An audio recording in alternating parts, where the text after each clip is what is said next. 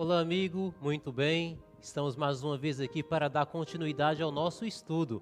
E a lição de hoje, ela fala sobre os 12 espias, que é a história que está em Deuteronômio no capítulo 1, a partir do verso 19.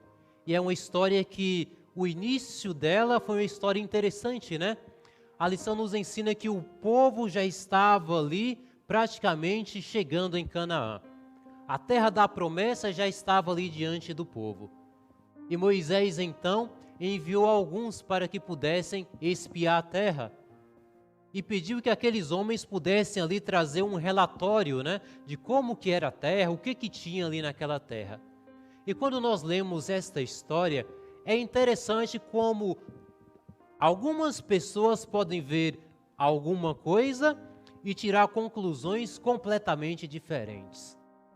Quando os homens voltaram de espiar a terra, claramente ali, alguns deles viram que tinham gigantes naquela terra, que eram homens poderosos, que eram homens fortes, e eles ficaram com medo.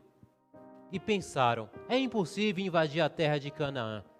Por outro lado, a gente tem ali o exemplo de Josué e o exemplo de Calebe, que pensavam de maneira completamente diferente, né? Eles acreditavam que sim, era possível conquistar a terra. E certamente, quando a maioria dos homens trouxe um relatório negativo, aquilo influenciou todo o povo. O povo ficou desesperado, o povo ficou com medo. E eu acredito que Deus também não tenha ficado feliz com a reação do seu povo, porque o povo demonstrou falta de fé. Parece que eles haviam esquecido que quem tirou eles do deserto e trouxe até a terra de Canaã foi o Deus dos céus, o Deus Todo-Poderoso. Talvez por isso, nesse momento, havia ou faltou fé ali para aquele povo. A nossa lição, o nosso estudo complementa e diz o seguinte: os israelitas não pararam para refletir, não raciocinaram que aquele que os trouxera até ali, certamente lhes daria a terra. Não se lembravam de quão maravilhosamente Deus os tinha libertado de seus opressores, abrindo caminho através do mar e destruindo os exércitos perseguidores de Faraó. Colocaram Deus fora da questão e agiram como se devessem confiar apenas no poder das armas. Sabe, queridos, se aqueles homens confiassem apenas no poder das armas, eles nem sequer teriam chegado em Canaã. Eles seriam derrotados assim que tivessem saído do Egito. E foi isso que aconteceu quando eles viram os gigantes. Eles olharam apenas para si mesmos e haviam esquecido que Deus estava com eles.